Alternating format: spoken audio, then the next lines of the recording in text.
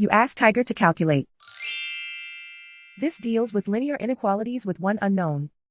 The final result is b equal or greater than -8. Let's solve it step by step. Isolate the b. Divide both sides by -4. Whenever you multiply or divide by a negative, reverse the inequality sign.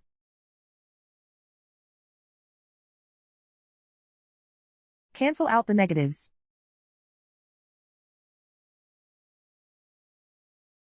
Simplify the fraction.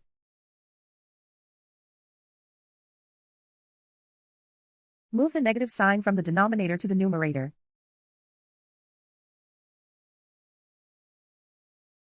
Find the greatest common factor of the numerator and denominator.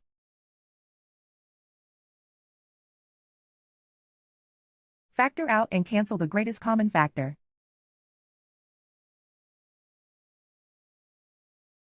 Plot the solution on a coordinate grid. And so the final result is b equal or greater than -8.